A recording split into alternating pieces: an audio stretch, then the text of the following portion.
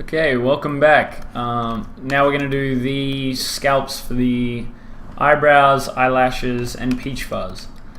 I might do the peach fuzz first. It's so as I was saying, it's basically all over apart from the lips and the eyes. So, well, the eyes being like inside the eyelid and all that stuff. So to do this, might mask the entire thing first. I did that by holding down Control and tapping off the model, and it'll mask the whole thing. I don't want the base to be masked. It's not symmetrical, so I'm gonna have to. You hold down Control Alt to remove mask. But yeah, basically I'm just gonna go around.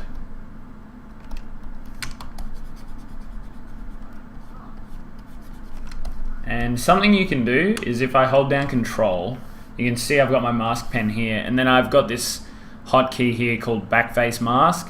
This will try its best. I don't think it'll work 100%, but it'll try its best to knock over the other side.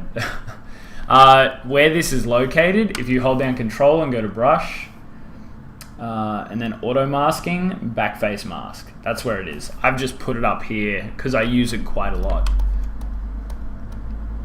Alright, so let's get to masking. This one's going to be kind of boring because it's just me removing it from areas which are unnecessary. Also, the reason why I'm doing this is because for the peach fuzz we have to generate an incredible number of hairs for it to look realistic. I'm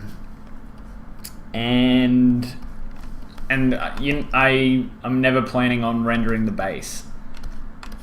So might as well mask it out just to save memory in that region.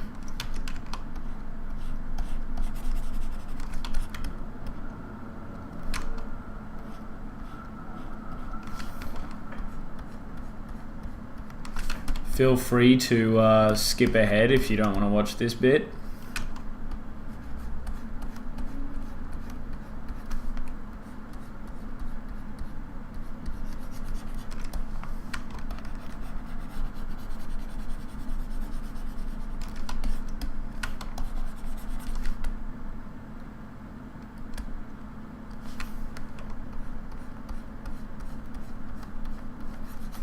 Alright, make it a bit bigger just to plow this area.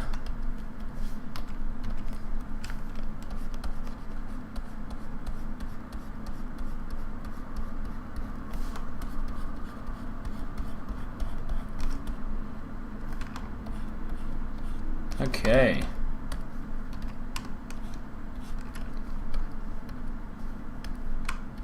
So that's pretty good. Just making sure I didn't ride up on the other surface too much. Yeah, that looks pretty good. Okay, next will be... Oh.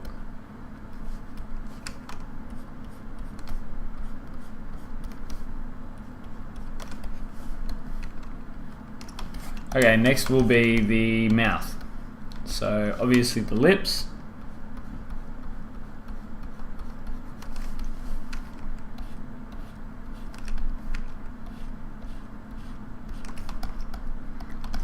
Now it's going to be kind of difficult to do the interior of the mouth unless I like hide stuff, but I got another way to get around that and I'll show you.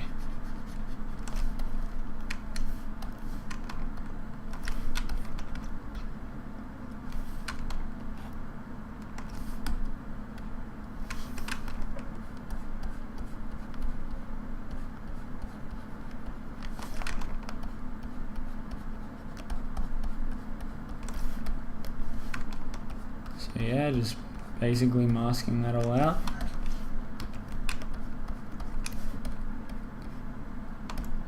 And then I'll do my best to mask out the interior of the mouth. Yeah. Okay. Just want to make sure that I've got a joining area here. and you'll see why in a bit.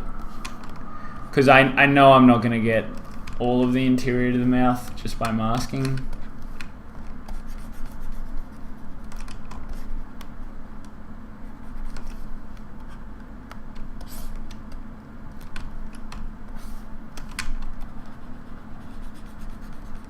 That'll do.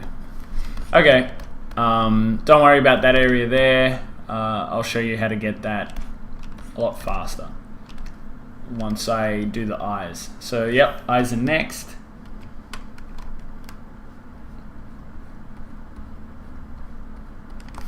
Basically, I don't want it going on this area where the eye touches the eyeball. It's a very small region and you probably won't be able to tell, but just in case. And I'm going to be having eyelashes here anyway.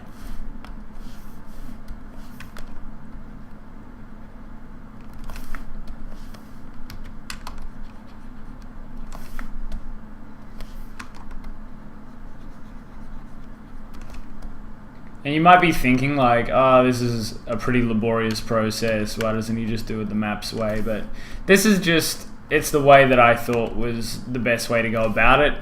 It gives me control, and I'm already kind of like designing how the hair is going to look from this point. So, which I think is pretty cool, like before I even start putting in the curves and stuff like that, I'm kind of able to see like the direction that it's going in. And I think that's quite important, so I don't really mind it. So I'll do the other eye, and then we'll basically be done with the peach fuzz, apart from the quick cleanup, which doesn't take very long.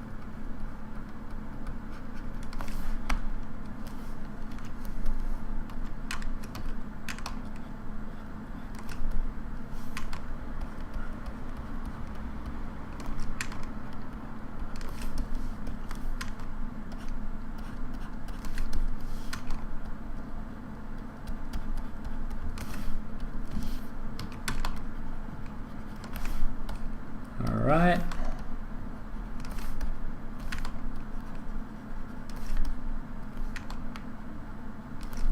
So once again, I don't have to really get all the interior of the eye, just as long as I have a connection here.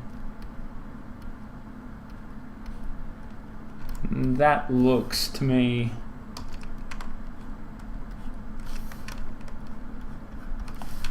pretty good. This one could be a bit cleaner.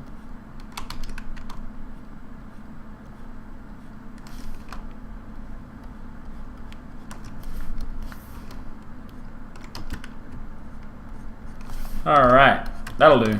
Okay, so now that we have these areas, I'm going to go control, I inverted by holding down control and tapping, and then go control W to create its own polygroup. And then I'm going to go control shift, and then so now you can see it's separated out these areas. But what I want to really do,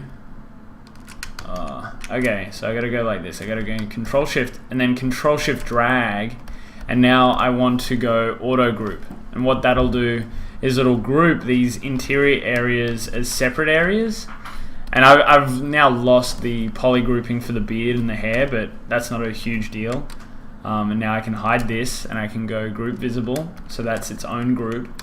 And now I can hide the face, and then group visible again, and now that's all its own polygroup. So if that was too fast, just go back and re-watch what I did there, but it was just a lot of making certain things visible, auto grouping them, grouping visible, just to get them all in the same group, which was basically my my goal. So now I can duplicate this, hide the original, control shift click on this polygroup, and now I can go geometry, delete lower, delete higher, subtool. Oh, I just realized I made a big mistake. My bad. So I'm going to delete this. I'm going to click this, duplicate. Now, I want to keep the blue because that's what I'm going to be generating the peach fuzz off. not the interior of the eyes or the base or any of that. So I've duplicated again, and now I can delete higher and lower, delete lower, delete higher, and now I can decimate. Pre-process. Let's go to 10%. Pre-process current. So this is currently 2 million, a bit over 2 million polys. So for this to process, it's going to take a little bit of time. Okay, so I made a mistake earlier. Before I ran the pre-process current, I should have deleted hidden, which I hadn't done yet. So now hopefully I've run the pre-process current. Now I'm going to decimate. And there you go. It's taken it all the way down to 200,000, but I think we can go lower. So let's go to 5% and decimate. Now that's at 100,000 polys, and I think that'll be good to go. This should be fine for the peach fuzz. I know there's some interpenetration back here, but yeah, this should be fine. So, and I'm just going to keep it as a decimated mesh because it'll be lower and more accurate than if I Z-remesh this entire piece. And this will work for XGen generation. This will be absolutely fine. So it's good to go. Okay, so now I'm going to go on to doing the eyebrows and eyelashes. They're the last two scalps we have to generate. So the brows aren't symmetrical, so I'm going to do these separately. So same as all the other stuff, I'm just going to kind of block out where I want the brows to be. I actually considered doing the brow in 2 passes because if you look at reference, you'll see that especially messy brows have like stray hairs, which like around in this area here, and also like over on this side, which is why some people get monobrows. But I think just so we don't have like a million scalps, I'm just going to keep it to 1 for the eyebrows this time. I want them to be pretty big and bushy, so I'm going to fill them out quite a bit.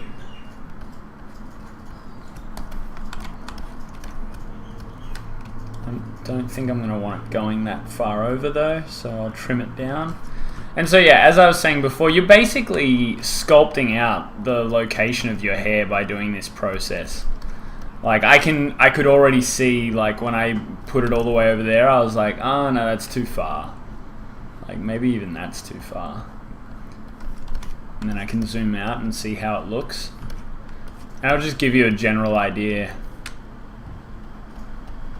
of where the brow placement needs to be, where you want to put it. So that looks alright. That looks pretty good. I'll do the other side.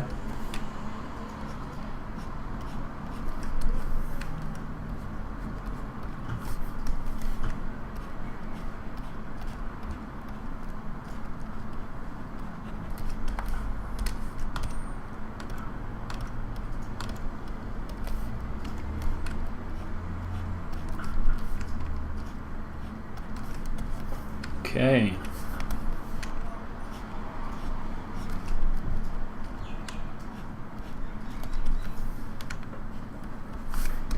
Now I'm just seeing how they match up.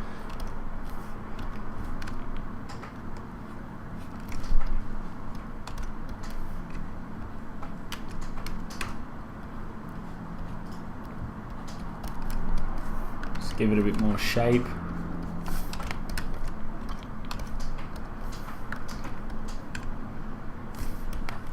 This one comes up a bit higher, so make this one a bit higher as well.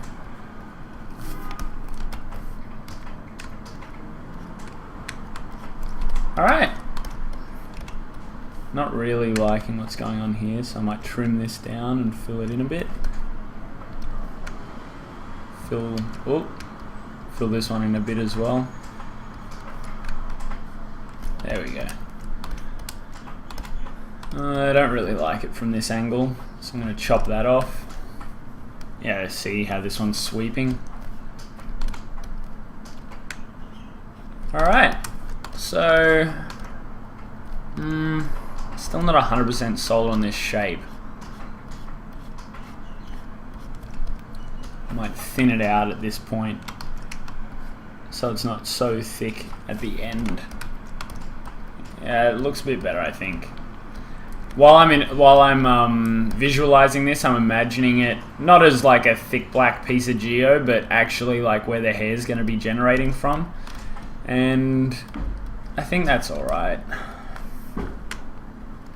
Might build up a bit at the back just to give it a bit more of a bushy, ungroomed look. The last thing I want is this to look like a really manicured kind of eyebrow, which is hard to get away from when like I'm just kind of painting it on. Alright, so that's the eyebrows. Now we can go Control W so that now they are their own poly group. Once again, like every other time, I'm going to duplicate, hide the original, go to Geometry, delete lower and higher, and then I'm going to Control Shift and click on the eyebrow,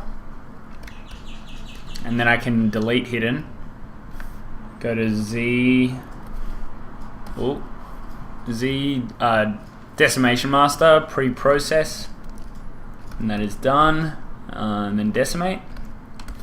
Now I want to make sure that I don't lose too much of the silhouette. That looks fine.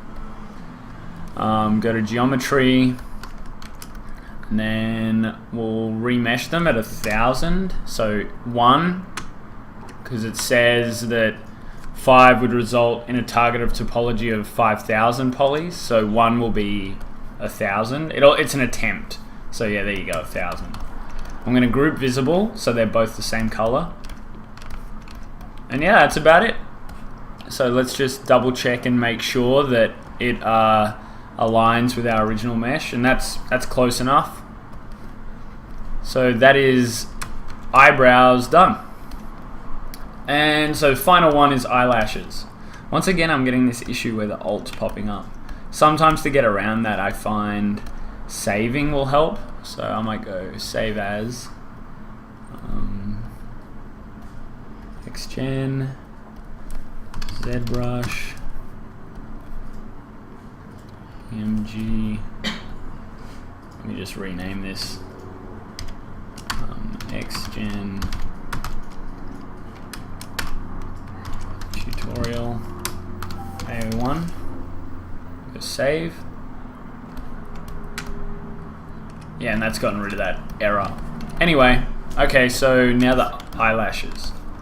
So back on the original mesh. The eyelashes, if you look at reference, they tend to they primarily appear just on this this ridge of the eyelid. So just as it goes back into the eye. Here, I'll pull up some reference.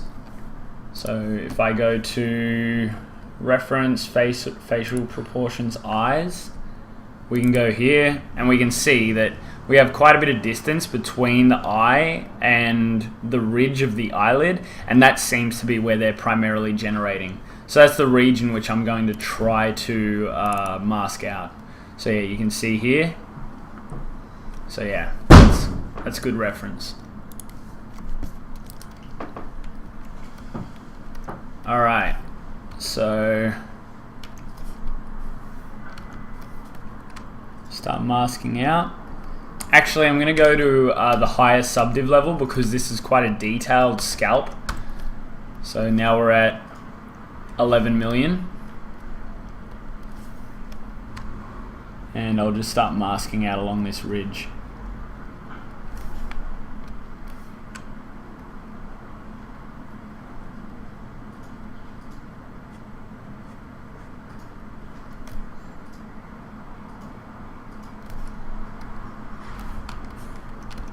Okay, and then the top one.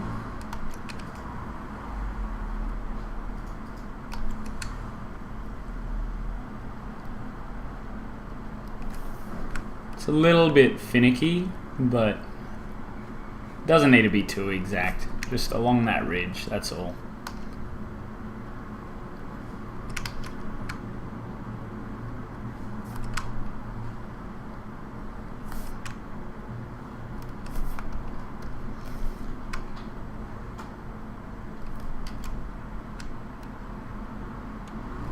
Alright. Now we do the other eye. Hold on. That should be fine. I'm just worried because like I've got this really messy poly group from when we did the peach fuzz, but it should be alright.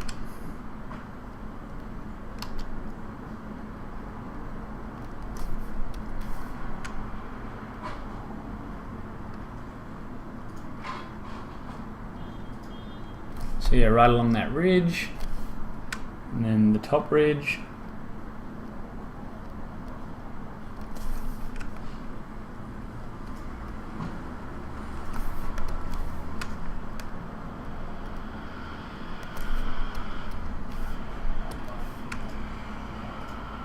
All right.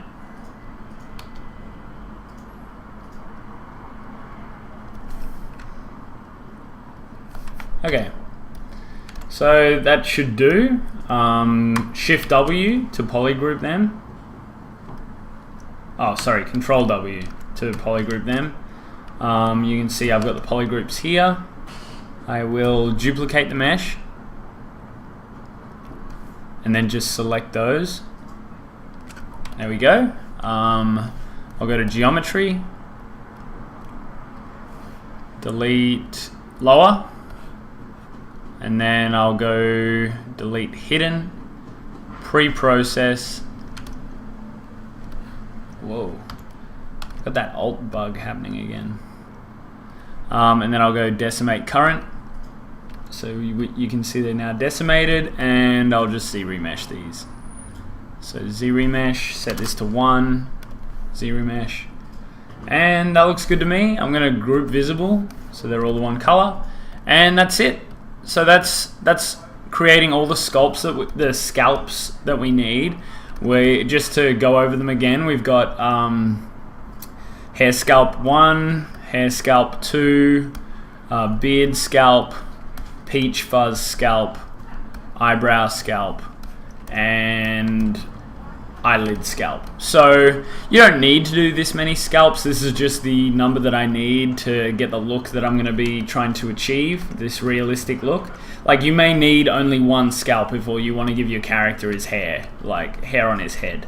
So yeah, you go, and what I believe is the more in depth and the more scalps that you end up creating, the more realistic he's going to look. Like, for the beard, a beard isn't like the same all the way through, so if you can layer in as many different variations as you can, the more realistic the look's going to be. But at the same time, you don't want to be like, it depends on what look you're going for. But yeah, the more scalps you create, I believe, the more realistic of a look you can gain. But if you want like just something quick and easy, just less scalps are fine. But yeah, that's about it. Now we'll hop into Maya, where I'll import all these scalps and we'll start generating his hair.